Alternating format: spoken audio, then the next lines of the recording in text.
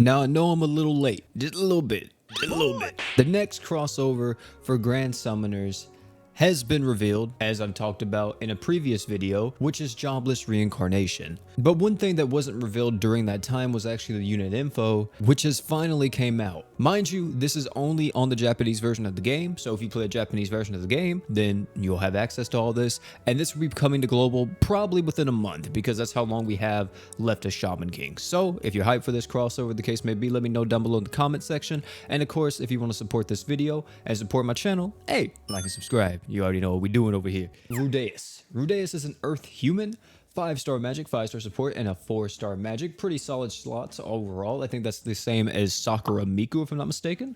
Passive is increased damage to demons by 20%, increased damage resist by 10% when near death. Special passive, if when HP is above 90%, you increase your own arc gauge by 3 per second, and when unafflicted by status elements, increase own arc gauge by 3 per second. Seems like they're giving this to literally everybody nowadays. His skill does fire and earth damage, 50% chance to inflict burn. The art is an earth damage magic for 15 seconds to decrease the enemy's magic resistant evasion by 30%, and his true art is a 60,000% earth damage magic for 20 seconds to increase all allies skill CT recovery by 100% and increase all allies arts damage by number of allied earth units times 30%. You know what? I'm pretty sure he counts himself in this too. That's a lot of damage. I think I actually saw someone recently. Hold on, let me go find the video actually. Here it is. So the boy Angel Bow, hopefully I said your name right. He actually used Rudeus recently as farming, and I guess if you want to see like his damage potential on different teams in JP, you could check this out. And you know what, I'll leave it linked down below in the description as well so you can see some actual gameplay of it too. And from what I saw in this nuking segment, Rudeus does a lot of damage. And I don't know if you guys remember, but for a long time, I've been saying this for so long. We need a hard hitter for Mono Earth. And it looks like we finally got it. And the fact that he's also buffing up all of his allies' damage is actually really cool. I will say this is almost, you know, kind of approaching a little bit of a power creep. You know, we're kind of like climbing to something here because this is like pretty crazy. He's an attacker that's doing 60,000% on a true arts, plus increasing all allies' arts damage by the number of earth units on your team. And he's increasing skill CT recovery. So if you're not actually nuking with him, you're just using him regularly, like on a mono earth team, you could throw him on a team with like Sakura Miku, Summer Leon if you're on JP, then like Haruto and call it a day. Next is going to be Roxy. Roxy is going to be a water demon. 5-star magic, 5-star magic, and 4-star heal. Passives are increased magic resist by 10%, increased BE output by 10%, and special passive when unaffected by status elements, you increase your own arts damage by 50%. So her skill, she increased her own arc gauge by 30. Throw it on everybody, you know, why not? Increased allies next true art damage by 50% for 15 seconds to increase allies damage resist by 20%. And the true art is 50,000% water damage magic. For 20 seconds to decrease enemies water and magic resist by 40%.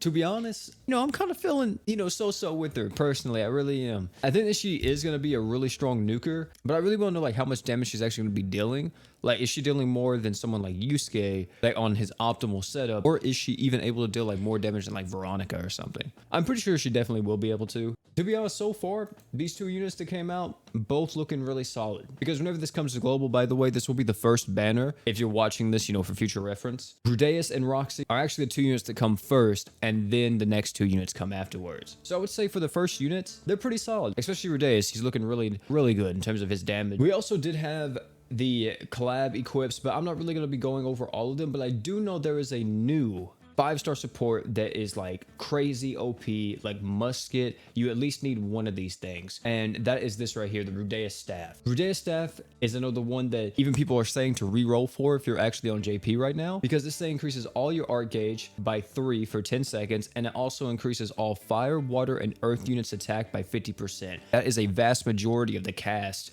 in the game. You know, you're covering 3 out of the 5 elements to give a 50% attack buff. So whenever this comes to global, if you guys want to, you know, keep an eye onto this, you know, you may want to pick this up because that's actually going to be insanely good. So the next two units actually recently just got shown off, I think yesterday, if I'm not mistaken, at the time of recording this, which is going to be on the 12th at 3 o'clock in the morning. I don't know why I do this to myself. We have some new units here. We have Awoken Eris, and we also have Awoken Sylph, which is an earth unit as well, I think. Oh no, a light unit, my bad. Awoken Eris has 5-star physical, 5-star physical, and 4-star defense. Passive is when HP is above 90%, you increase skill CD recovery and crit damage by 30%, increase accuracy by 20%, and increase physical evasion by 5%. Skill is 2000% fire damage physical, increase own arc gauge by 30. Does every single unit in this crossover have that? Hold on, wait. Roxy has it. Rudeus doesn't have it. Sylph have it? Okay, Sylph doesn't have it. So 2 out of the 4 crossover units have this. Jesus Christ. Art is going to be increasing your own damage by 100%. Stackable upon the second use of the art onwards. Add 10 seconds to the duration effect. Max 60 seconds. And you know that, I'm just going to say it right now. 100% damage up that stacks, that's kind of stupid. That's really stupid. I don't know who designed that, but that's dumb. That's real dumb. True Art is 66,000% fire damage physical. Increase this True Art's crit rate by 100%. Break 1,800. Now, Eris has been having a lot of flack, I want to say, in the community ever since she got shown off. I've been seeing a lot of people talk about her. And a lot of people are 50-50 on her. People were saying that she's either good or she's really bad. And I think personally, this unit has potential to be really strong as an attacker and as a nuker. I think whenever you need that extra damage, the stacking 100% damage buff, plus being able to add 10 seconds to the duration of the effect every single time you use your art, is really good. Because you can put on a team that is with, I'm assuming she's human, so you can put her on a team with like Haruto and Mako or something like that, or Mako Juno, or Finn and like Haruto, or Finn and pretty much any other crossover unit, you know, any other top tier support archgeners, and keep her going and just let her go and go and go, because you really don't need to buff up her damage in any way. I mean, of course, if you want to, you absolutely can, but she kind of has that covered. The only thing that she's kind of missing is an attack buff of some kind. I think personally she's not as bad as people are making her out to be. People are saying that she's garbage, and I don't think she necessarily is. I just see a really solid attacker. I think she's definitely gonna be able to hit really hard, but I will say the biggest downside to me personally is that her crit rate only stays on her True Art. I think this would be really nice if the crit rate maybe lasted for about like 10 or 20 seconds to herself, so you could stack your art, but while you're stacking your art, you know, you still have the crit rate, so you can still do that insanely high damage. I don't know, it seems like, you know, they kind of was like, you know, we already gave her 100% damage, so, you know, we need to tone it down a little bit, maybe need to nerf her a little bit, you know what I'm saying? Don't give her 100% crit rate for like a duration on the True Art or whatever, which it is what it is. Also, I know people are talking about her slots too, which her slots are whatever. I think that on a team with proper support, this isn't an issue at all. I mean, look at Batiste. Batiste can literally just go crazy, and he has these exact slots. So even myself, I'm kind of 50-50, but I don't think she's as bad as everybody's making her out to be. And the last but not least is Awoken Sofia, or Awoken Sylph. Reminds me of a summon from Final Fantasy, which is Sylph, but let's keep it going. 5-star heal, 5-star support, 4-star magic. Passive, increase human, beast, and spirit allies attack by 30%, not stackable. Increase own crit resist by 20%, and you heal your own HP by 16 per second. Skill is 1200% light damage magic for 8 seconds to increase your own healing output by 10%. Art is heal all allies HP by 30% and increase allies art gauge by 25 for 15 seconds. Increase all allies status resist except faint by 100%. And the true art is 12,000% light damage magic. Heal all allies poison for 20 seconds. Increase all allies damage resist by 20% and magic resist by 20%. Break 1600. A lot of people are seeing her, and they already made the connection with her, and I can't blame them because I also could see why. They instantly said a Serpa. It's a Serpa. I'm gonna be honest with you, I don't think I like support units that don't deal damage, like straight up. I mean, I know I like Mako, but like Mako's an exception, like please.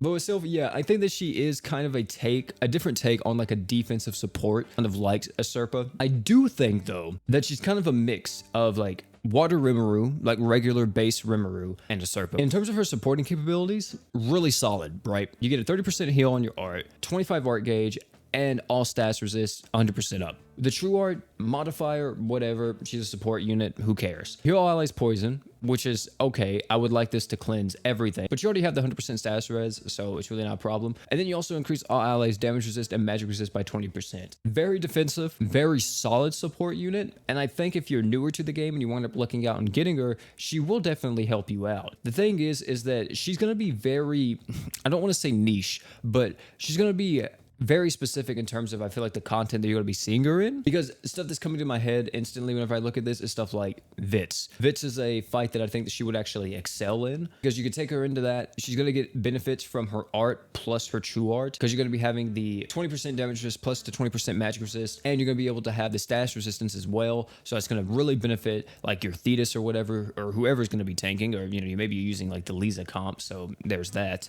I don't think she's bad, to be honest. I think she's actually pretty solid.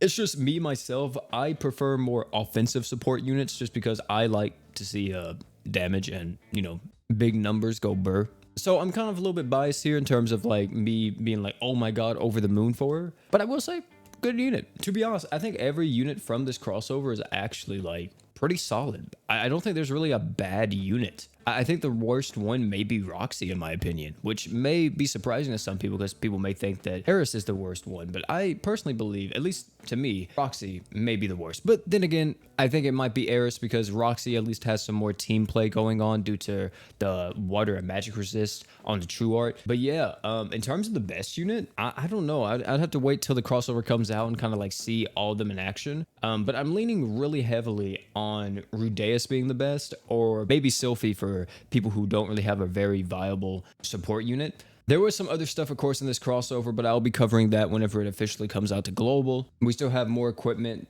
to cover, plus we have, you know, crests and everything to cover as well. So, you know, I'll be waiting to do all that when it actually comes out to the global side of the game. But yeah, crossover looking pretty good. Pretty good. We'll probably get this in November, more than likely. Yeah, probably. So, yeah. Tell me down below what you guys thought about them. Like I said, I think this crossover is actually really solid. A lot of good units. And, we're looking fire, man. We really are. I think with the more recent crossovers in GS, they've been getting a little bit more interesting because a lot of the units have a lot of different uses and stuff like that. Like Shaman King, you know, we have Anna, we have Yo, we have Hao, we have Rin. Like, I think all of them are, you know, really good units, very solid units. And then we have this crossover, which kind of did the same thing, where all of them are just really solid again. All of them really good, some really strong, some really OP. So, hey, I'm happy. Thank you all again for coming out. It's been your boy Pete. Don't forget to like, comment, subscribe for more. And last but not least, you guys already know, don't forget to drink water.